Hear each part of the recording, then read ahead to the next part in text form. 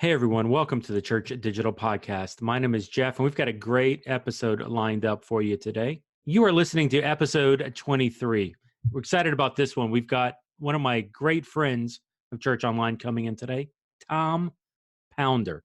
Tom is the online pastor over at New Life Christian Church, NLCC, over in Washington, D.C., Virginia area. By the way, this is not the first time we talked about New Life. In an earlier episode, we had on Jate Earhart, who is a graphic designer.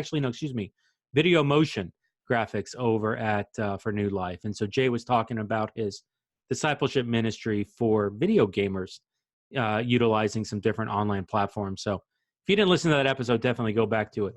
But I'm definitely excited about what's coming up this episode with Tom as we're digging into this idea of what exactly a digital missionary is, and more specifically, what it could be. This idea of, hey, we all have a digital presence at some level, and how we communicate, how we share, how we can train people to be a disciple who's capable of creating a disciple, utilizing virtual methods, utilizing digital methods.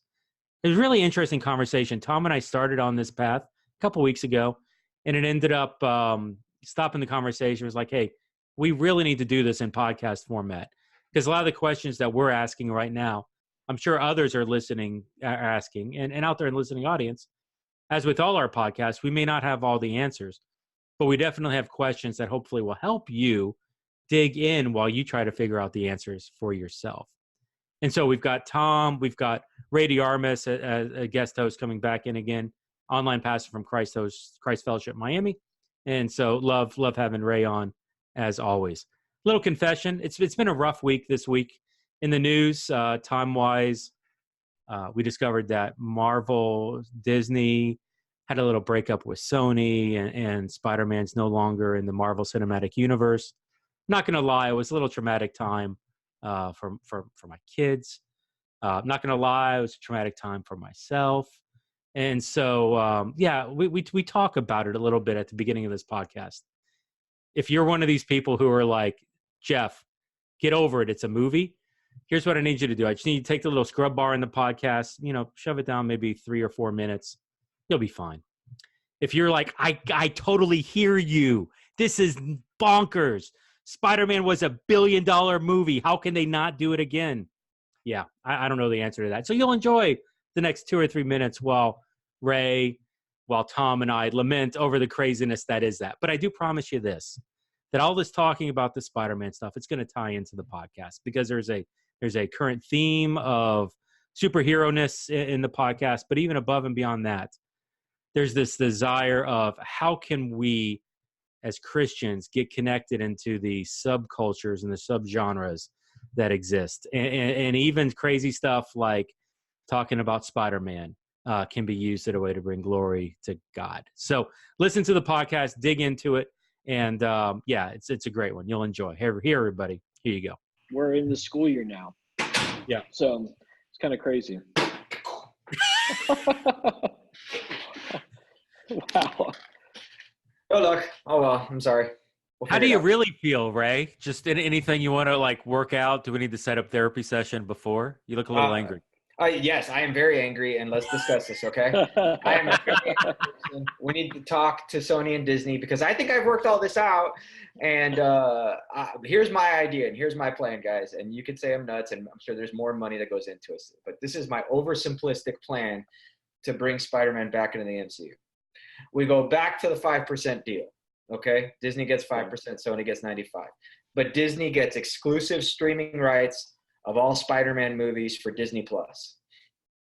That's not bad. Yep. I still live in this world where I think it's a marketing ploy. Yeah. Oh, I thought that too. Because they're going to re-release it into theaters.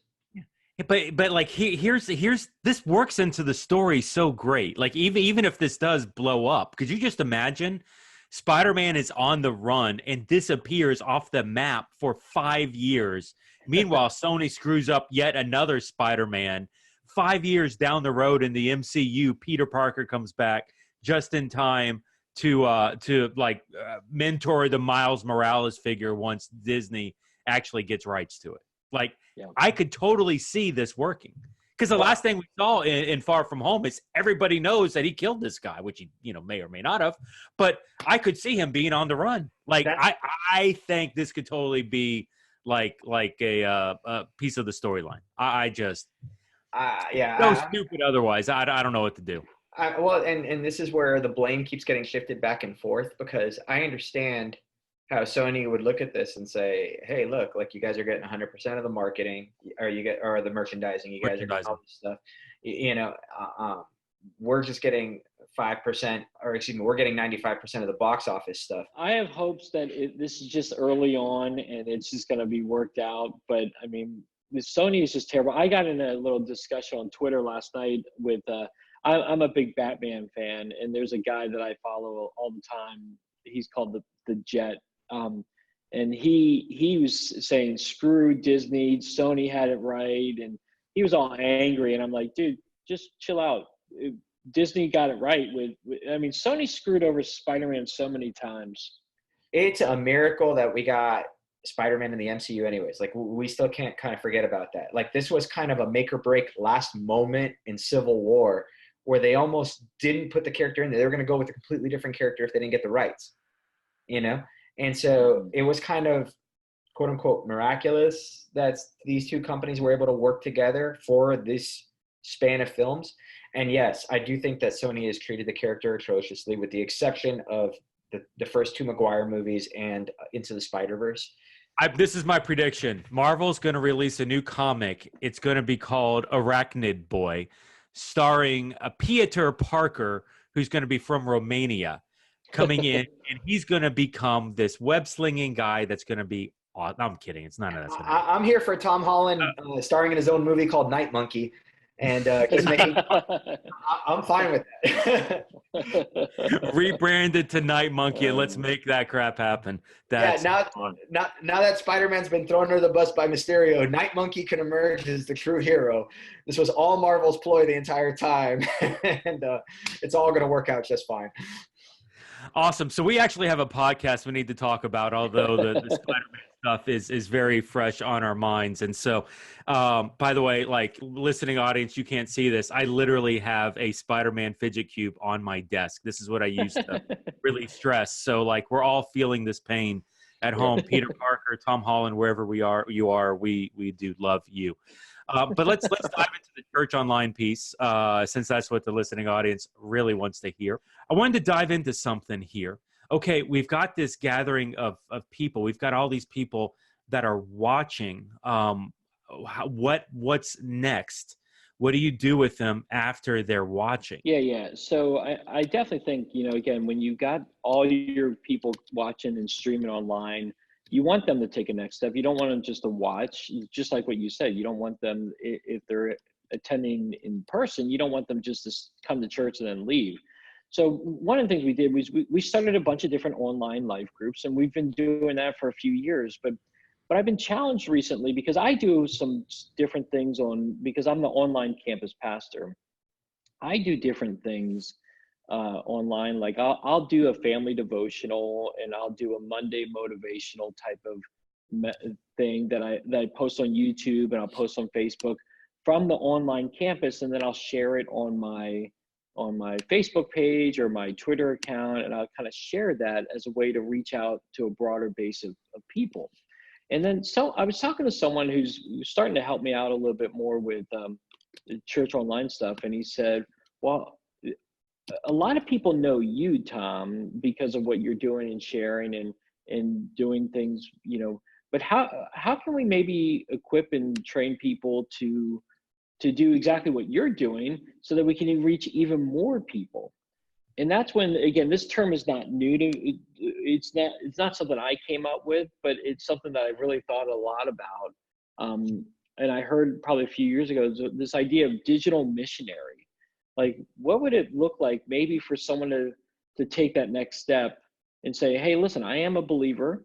I've accepted Christ as my Lord and Savior. Now, what does it look like for me to reach my family or my friends or my coworkers online? How can I use digital tools to do that and become a missionary online? So that's one of the things that I've really started exploring a lot about what would it look like for me to train people to be this digital missionary? What do I have to do to equip them? And so that's what I've been really processing a lot lately. What would a digital, because you got, first off, what's a digital missionary? And then secondly, the training, the duplication parts of it. So like, what's a digital missionary? And Ray, I feel like we may have touched on this in a past episode, but like, what would a digital missionary do? Yeah, again, this is where I don't have all the answers, but here are these thoughts that I've been kind of really processing through. Is I love social media, and we all know that social media is very toxic at times. Facebook used to be that place where it was extremely toxic, and then they kind of clamped down on things, and people started leaving Facebook. But I've always loved Twitter. Twitter is like my favorite social platform. Well, if you go on Twitter, it doesn't take long to realize that Twitter is very toxic too. Anytime a politician will share something, you should just read all the comments. There's negativity after negativity after negativity, bashing each other. Anytime a celebrity shares something, it's negativity after negativity. There's so much negativity. And I thought, what would it look like for us to be communicators of hope? We have hope found in Jesus. So what would it look like then for me to say on my Twitter platform, how can I share hope? How can I share the love of Christ to other people? And so it kind of really starts off by picking a social platform that you're going to say, I'm going to use this to reach my friends. Whatever social platform you're at, whether you love Instagram or Facebook or Twitter, whether, heck, even you love Snapchat. I know some people don't like that, but I mean, what are the social platforms that you're really involved in, and how can you look at that and say, I'm going to minister to those friends and family members that I'm friends with there and minister to them today? I've been wrestling with a concept of this, and it was centered around. It was funny. I even tried to launch a small group that would do this.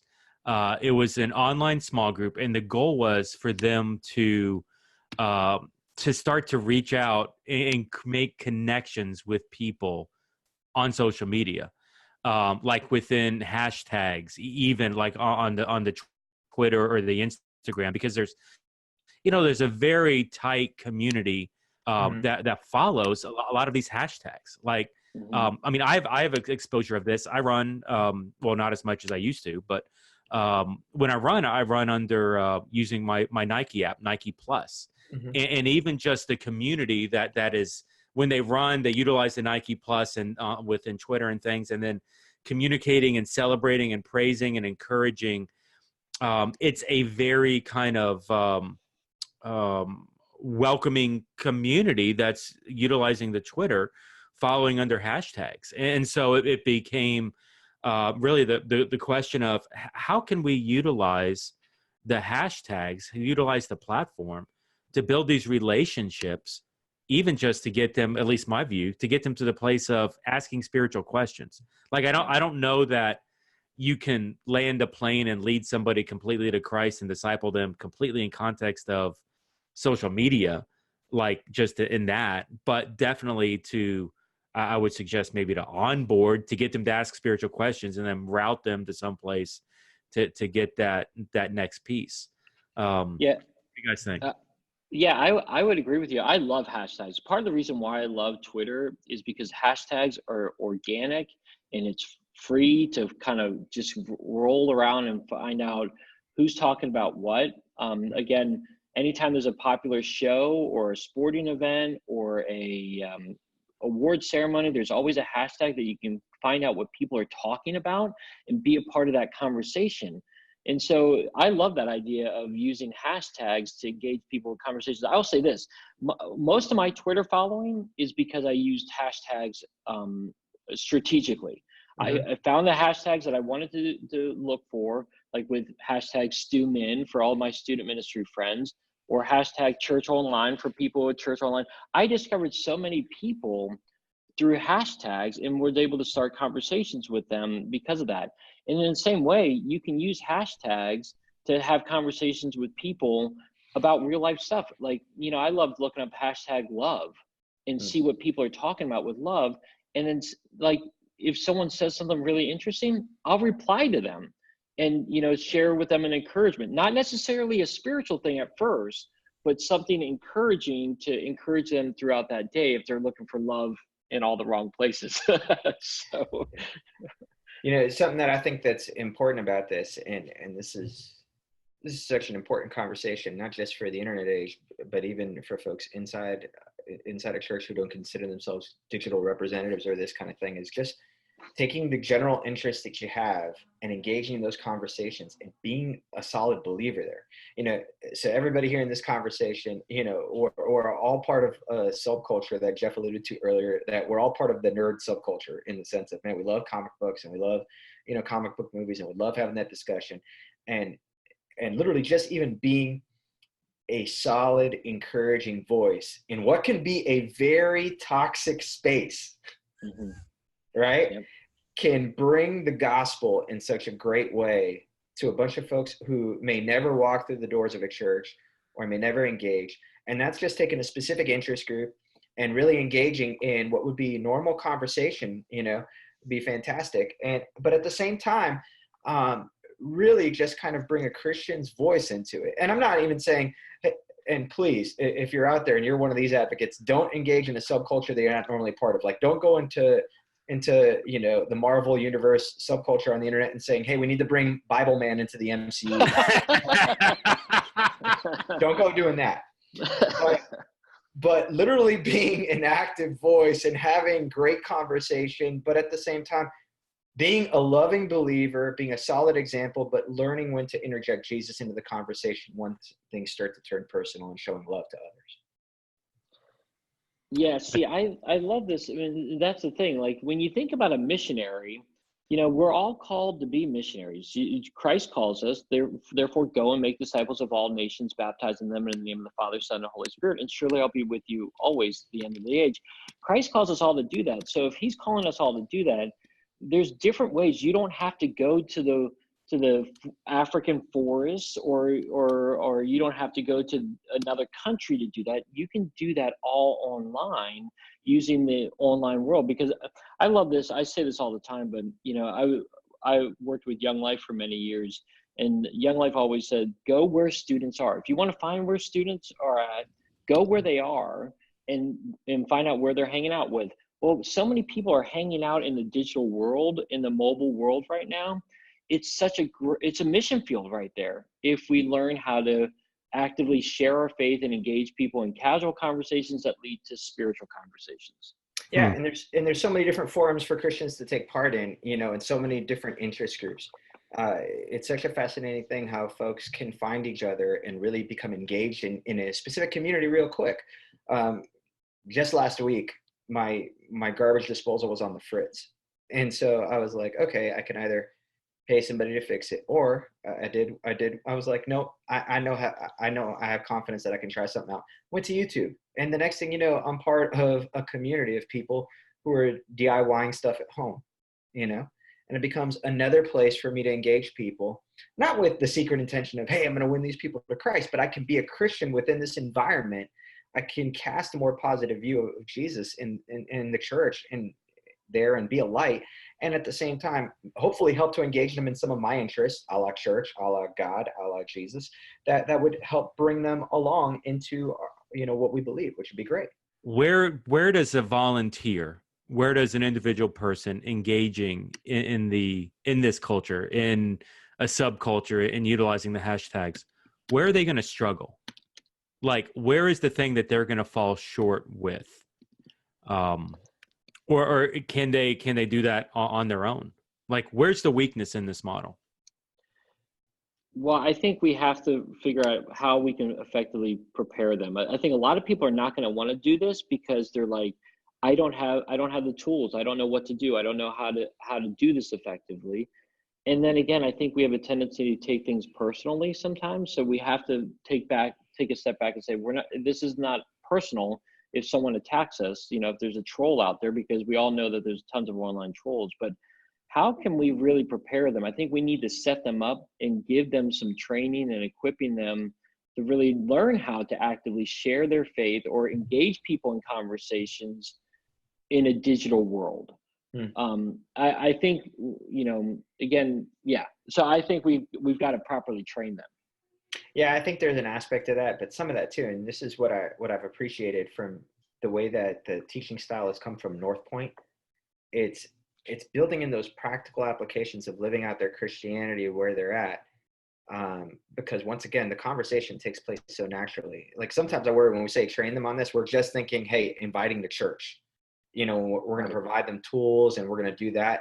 And all that's great. I'm not saying we shouldn't do that too, but really there's a much larger conversation when it comes to evangelism about being relational that I think even informs of our Sunday teaching as we're talking to our folks. Yeah. Like I said, I think Andy has done such a great job. And if you've not read Irresistible yet, you need to. I think it's the answer to so many things that are happening right now with different folks questioning their faith online and being public with that. I really wish they would actually take a peek at this book because I feel like he addresses a lot of those issues. But one of the great things about the book that I feel like he addresses is just the fact that Christians need to learn how to be loving in these environments and loving those who aren't like them, no matter what the situation, whether it's, hey, look, it's 2020 and we're engaged again online in political discussions. Okay, what does it look like for me to love somebody who is not the same political ideology? And how can I carry that out online so that I'm not being a toxic voice, but so that I'm being a light, so that it could bring them one step closer to Christ. Yeah. We'll include a link to Irresistible in the show notes. It is a great book that hits a lot on that. Now, the core of discipleship, at least in Ray, how we've defined discipleship in here, is the ability to create another disciple. So it's a disciple who's duplicating themselves. In this context of this conversation, a digital missionary is someone who is able to lead to Christ and disciple one in a standalone environment, where we're not necessarily, hey, just come to church with me. Now, I'm raising the standard maybe a little bit here. A lot of church onlines would, and it's easy to, hey, ask the spiritual questions and feed it into like a physical service or something like that. But just for, argument's sake, let's kind of follow this through and say, what if the church isn't resourcing and we're not kind of taking the easy way out here? Can a person lead another person to Christ on social media, on Twitter? Like, is that even possible? What would that look like? Yeah, I would think you would have to take it. Yes, I think you can begin conversations and then you have to go into direct messaging, and DMing them back and forth and talk to them about what that looks like. Again, I don't think could happen easily, and I've never done it myself. So I think it would be something where you would have to really walk through them, and it would involve more than social media to I think help someone really discover who God is and accept them as their Lord and Savior. That's good. I actually have a personal example of this, if I may. This actually happened to me about a month and a half ago. Somebody had been engaging with us online. They texted me, "Hey, Pastor, things are going on the down and out in my life. I'm having a rough time." We began a conversation via text. I asked them via text, "Hey, listen, have you given your life to Christ?" The answer responded back, boom, "No, but I really want to." Man, this is powerful. I can lead you right here over text, or if you want, we can have a phone call. Ironically, that person was texting me from a classroom. They were in a college classroom. They were like, "Can I call you as soon as I get out of class?" I said, "Absolutely, you can."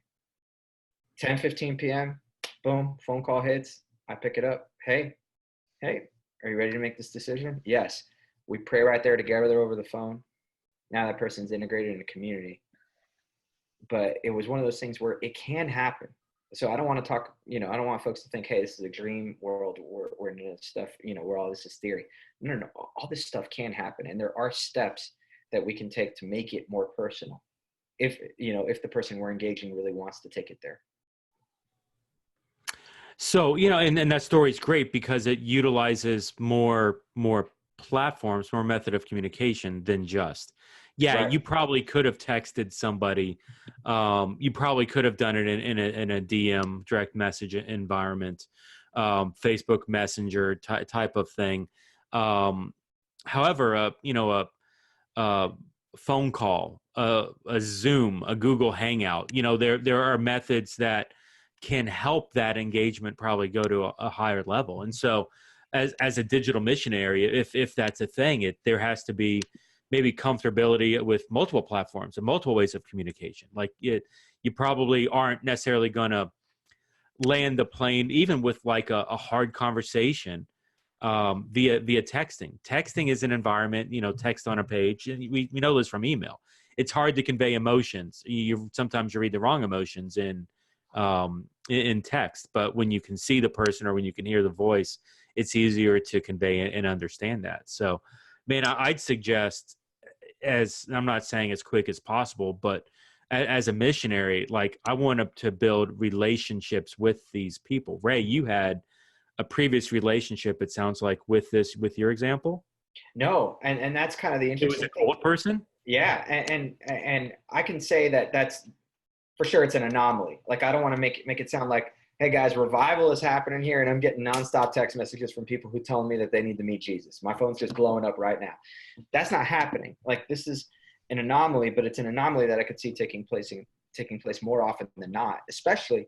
And this is kind of going back in a few chapters of this podcast to the discussion we had with DJ Soto in terms of the avatar situation, where people feel more comfortable just kind of unloading between a medium as opposed to in person,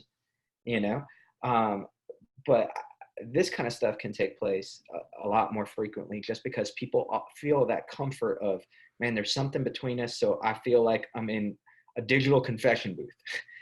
There's a wall between us. So I feel like I can be me a little bit more. I can unload some of these personal issues. And I feel like I can take a spiritual step with you because there's that line. I mean, Jesus said himself, right? A prophet's not owned in his own village, right? And so sometimes folks need that wall up between them so that they don't feel like, well, this person knows me at this level. Sometimes they need that person, that individual that's like, no, they don't know me from scratch. So I feel a little more comfortable with unloading some of these issues to them and taking that step with them. It's interesting that DJ Soto, I have personally received more flack over that episode than any other episode we've done. Just out of basically I opened the podcast in the opening line. I said, just write it down. VR baptisms count. That right there, just blew people up. Like, no, that doesn't count. It's because it's a computer game. They didn't get real. And I was like, there were people there who saw a witness of it. God doesn't look. Man looks on the outward appearance. God looks at the heart. But like it's just it rattles that, right? You must conform to my system of counting. But it's interesting where I think there's a digital missionary is going to kind of struggle with this idea as well, or the concept of creating a digital missionary is going to be more difficult. Small group of maybe 4 or 5 people that were going through it, and asked another person to lead the small group. And honestly, like the idea of, I think where that group ended up was the idea of creating a disciple was very much understood. The idea of converting that discipleship mentality towards the hashtag investing in community, reaching out, that was a struggle. It was funny, even after months of those conversations and trying, like I just had side conversations with a couple of the people, and they were like, we just really don't understand, what you want us to do. And it's funny, like I still think there's legitimacy. And Tom, I love the fact that you're bringing this around, but it takes the right person with the right understanding, with the right mindset that I'm not going to Jesus juke every person I meet on a hashtag. So yeah, what other hurdles do you think that are out there that we struggle with on this? Yeah, well, that's a good question. I see, and that's the thing. I think finding the right person and finding the right group of people, I think, is really important to do it. But I mean, if you just even think back from the most simplest terms, I think what we do in our online persona can either lead people to Christ or distract people from Christ. And again, we've seen our friends who are who go off on rants and go crazy and spew stuff all over on social media. It's like, are you using your digital platform, whatever it is, to either encourage people or discourage people? And so if you're encouraging people, it kind of goes along with the same thing of people are going to wonder, okay, why is he like that? Or why is she like that? Why are they like that? And it's going to start some conversations. So definitely, again, while we don't have all the answers here, I think if you even just think about how can, as Ray was talking about, just how can you be hopeful? How can you be light in this world? Again, because the election's going to be coming up very soon. It's already been talking about things. Anytime someone says something political, there's just tons of chaos that goes about under it. How can you be hope? How can you be light to them? You don't have to have all the answers filled out, but again, it could strike some conversations where you can help lead someone down the path to grow in Christ or hear about Christ in some way using multiple platforms. I love that. I wrote it down here where I'm at. What we do with our online persona can either lead to Christ or distract from Christ. It was interesting, and I'm going to confess something right here. This weekend, I got into a Twitter war, or excuse me, it was on Facebook, with 3 or 4 pastors, local guys in town. Ooh, we were having an argument over this is going to be so stupid. It was Nolan's Batman trilogy versus Captain America and the MCU trilogy. Fantastic. Not the overall, not MCU, just the trilogy versus trilogy. And being the guy who hates DC, I obviously chose Cap. Frankly, if and my whole point, and they didn't want to bring in the MCU, just the 3 movies, and I'm like, how can you go in 2 and 3, Winter Soldier, Civil War? Those are like the 2 greatest movies ever. Anyway, and they, side note, DC screwed up the entire thing. They should have built their entire DCEU around Nolan's Batman, and everything would have been fine. They didn't, and they're still Amen. stuck. Amen. Okay, so this is way too much comics for a church online thing. But what was interesting is I got a little pat. I didn't feel like I lost my testimony. As a side, we're all joking around, like we all know each other. It's fine. There wasn't no bloodshed lost over this, but we were, passionately arguing. Unfortunately, it was in a public format, and a couple other people kind of jumped in, taking shots. And I was like, yeah, that might be a little too aggressive here, a little too much. It was not the pastors, like outside people. And suddenly, like, I'm getting Facebook message from people on the outside. Hey, are you guys okay? Like, I'm surprised you're fighting with so-and-so, with one of these pastors. And I'm like, oh, I'm just joking around. Like, I backed off when it started to get ugly, but the thing was already rolling downhill, right? It was like the boulder was already set. And what started off as, just casually pulling each other's chains because one's more of a DC fan and I'm more of a Marvel, ended up becoming something that, was causing other people to question. And it's funny. So often we want to be casual with our digital persona, and relational and engaging and joking around with some of this stuff.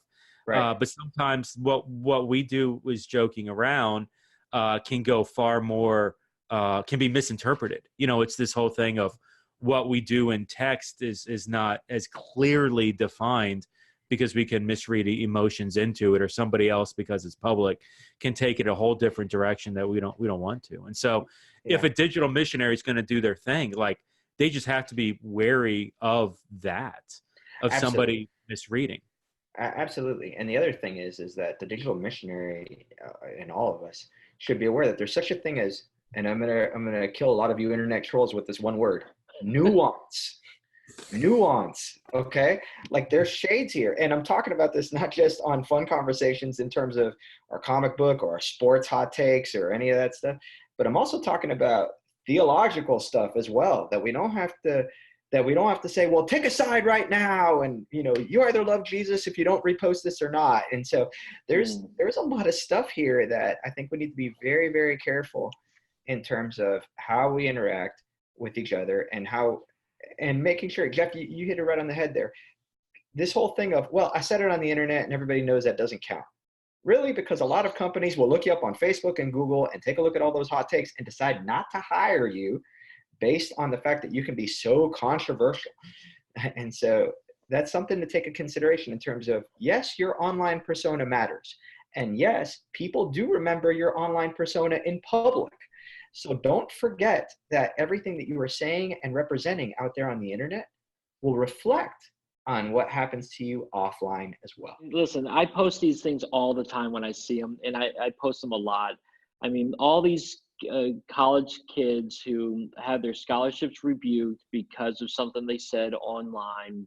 Again, my daughter just went through the whole process. She's on the college dance team, and there's a list of criteria of all the things they can and cannot post on social media.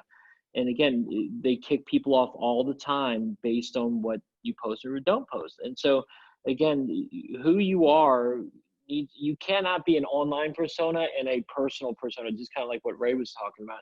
You are both. And so you have to reflect who you are. You can't have two different personas. What's interesting out of this phrase, and it's not where we started, we're all digital missionaries if we like it or not. That's right. And so the idea of, maybe selecting a few and training them on that's not where we're saying now, is that whether we're physical persona or digital persona, we are all leaking things out of us that will either connect people to Christ or drive away from. Absolutely really correct.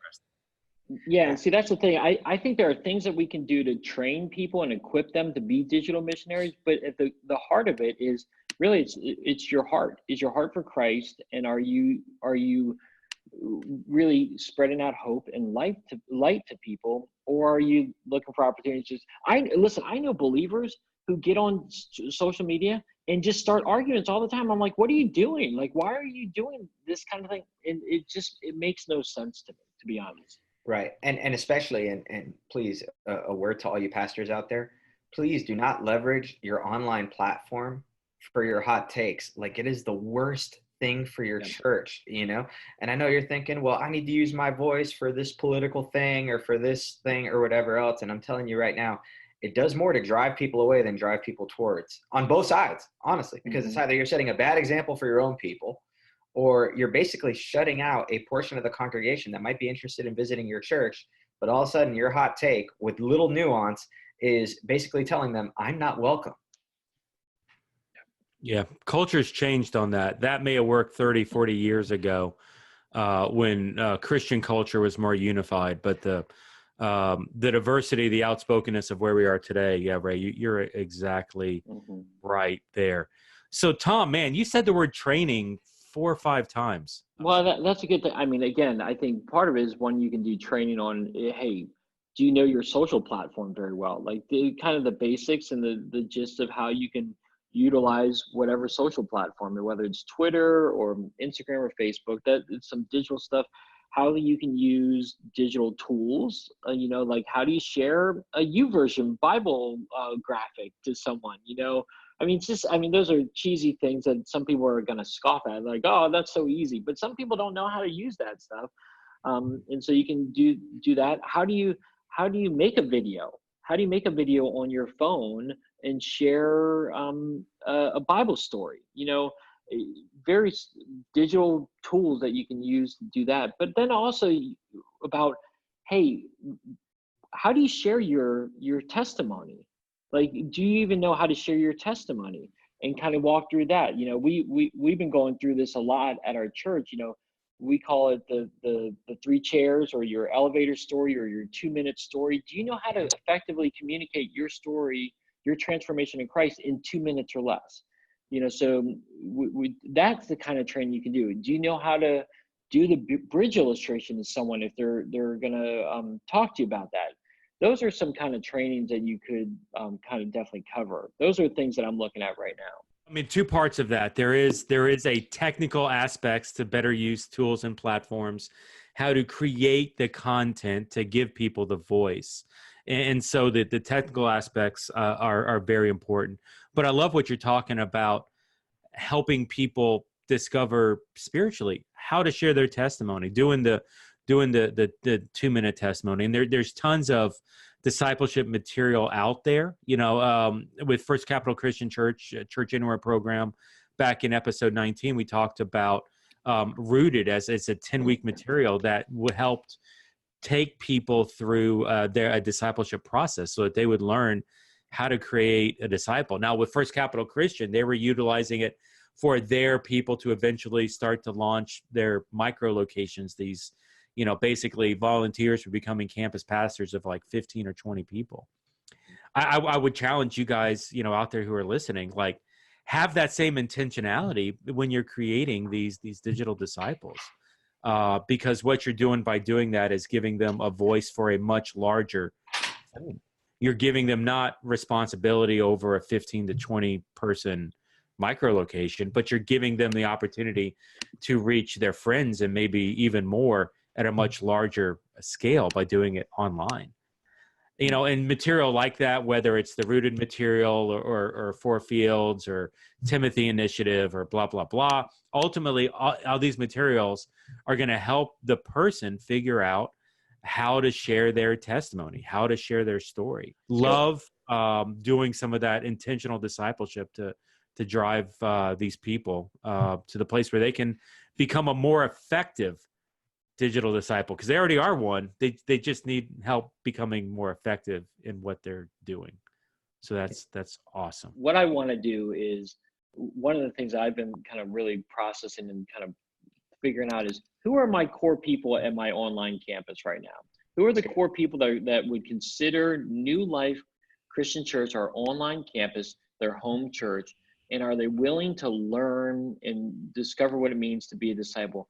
If they have that desire, I want to work with them. Again, I don't have all the answers right now. I'm kind of making it up as I go along and using these people as guinea pigs. But I really do want to, if they've got a desire to use online as a way to be light and be hope to people, then I want to be able to try to figure out, okay, I need to train and equip them so we can reach more people for Christ, not for our campus numbers, but just so we can be light to other people. Mm-hmm. A lot of the conversations that I have with churches today is, what's the strategy of church online? And Church X wants to utilize church online to launch physical campuses. Church Y wants to utilize church online for missional aspects, broadcasting all over the place. I love this idea of what you're doing, because the purpose of church online for you, I don't know if this is the entirety, but a piece of it, is to create these digital missionaries. Mm-hmm. And so you've got people that are watching. You want to pull them into some sort of a discipleship process, start to engage them, start to meet them, learn more about them. But the end game of that is to basically disciple them to this place where they're creating, where they're capable of creating disciples using social media. And so it gives you intentionality of, hey, I need to meet this person, not because I just want to invite them into a nebulous online group that doesn't have a purpose, but my purpose of engaging with these people drives that further along. I mean, and that's one of the things that we were talking about earlier, where we've got this, and this is church terms, and so maybe we need to come up with something better, but you've got this community of people that are following you. And you need to, by watching your services through NLCC, the goal would be to kind of meet them and start to pull them into the congregation of the church, where they're attending on a more regular basis, where you know their names, you know who they are. But the goal of that congregation terms also to disciple them and train them, to pull them further in till they become capable of this discipleship level, where they're now part of your core group that you're sending out digitally to reach. Like, I love this strategy because there's severe purpose to this. The end game is clear. The goal is clear, what we want to do. But honestly, B, it doesn't cost a lot of money. It's not like we're talking about launching micro locations. It's not like we need a multi-site strategy that's going to launch physical campuses. I'm connecting with people virtually who are watching my services, and the end game is to get that person to be a disciple in the digital space. Like, that's clear cut, and that's powerful at a viral level. I love it. And anybody can do it. Young people, old people, anybody can do it, in that digital space. Awesome. Last question, because I'm curious with this. How do we meet people? To me, that's the hardest question. So you've got X number 100, X number 1,000 people watching service. How do you actually put names on them and get them driven from the community to where they're kind of isolated, nebulous, not named, to more of the congregation where you know who they are? Ray, Tom, what do you guys do for that? So for me, it's been engaging in conversations, just kind of at a greater scale. So, Tom mentioned Twitter earlier. Big fan of Twitter, and Twitter moves at the speed of light in the sense of, it's not yesterday's news. It's like 5 minutes news is old news. So it's constant conversation throughout the day and new topics to be part of and all sorts of things. And so what you do is you kind of first start with your serious influencers. At least this has been a thing for me. You follow them, and then you begin to engage in conversations that are happening in their threads. And then the next thing you know, you start to become involved in much larger conversations, and folks start following you as they kind of agree or disagree with you, but they see that you're involved in conversation. And it starts to become a much, much larger conversation as you go along. In Facebook, man, groups has been such a big community builder for me. And it's been so helpful for both for my individual learning, coming into the church online space and all this stuff. But then even then, just as a fan of different things, whether it's sports or whether it's comic stuff or whether it's, sneakers or whatever else, it doesn't matter. There's so many different subgroups for you to be part of. And I've even seen this with my wife as well, where, she'll all of a sudden find a teacher who's really funny, who loves talking about teacher stuff online that only teachers get. And that's a subculture for them. So the next thing you know, she's following, and now she's part of this conversation of teachers across the United States and stuff that they do, and sometimes she'll show me, she'll be like, look at this meme that this person, dropped. Man, that's so true in my classroom. It's not relevant to me, but it's funny for her, and it engages her in conversation about something that's unique to her, unique to where she's at in life, and she can be part of that conversation. And so it's a great way to just network across the United States. If you're trying to establish a platform and grow a platform, it's a great way for that. But also if you just want to meet people and engage in conversation and share the love of God, it's great for that too. That's interesting on the networking. I love that you use that word. And I don't think you meant it that way, but just coming as a guy who owns his own business, a lot of it is networking, and figuring out how to meet those people. And I just had that thought when you said the word. It's like within our churches, we know people that know how to network, how to do that. Like I would challenge y'all who are listening, find those people who know how to network, who are those networker types. Share with them the problem you're having and let them take a stab at it. Let them see, like they may have solutions of ways to tackle this with your specific use case. One of the things that I do know, the biggest limitation that I see across the board when talking with churches is this. I've got hundreds of people who watch my service every week, and I have no idea who they are. Mm-hmm. And so that's I'm going to use this phrase a lot. It's a limitation of the model. The limitation of the model doesn't mean that you scrap the model. The limitation of the model means that you work hard to overcome it and try to find the solution to that. So to Ray's point of using it for networking, maybe talking with some other people who are attached or in leadership of the church who can help. But there are ways to overcome that. You just need to wrestle with it, experiment it, because in the end game, the purpose isn't to meet who they are. The end game is to disciple them to become a digital missionary. And that right there, the goal of the digital missionary is worth whatever cost we have to do to meet these people where they are right now, virtually. That's right. Well, man, this has been a great podcast. I love this time. It's always awesome hanging out with Tom. So, hey, Ray, any thoughts as we're landing the plane? Go be a digital missionary. No excuses. Just try something. Try something. You're already doing it whether you like it or not, like we established earlier. So why not do it on purpose? Awesome. Tom, any thoughts from you before we wrap up? Yeah, I mean, just again, be that light, be that hope to people.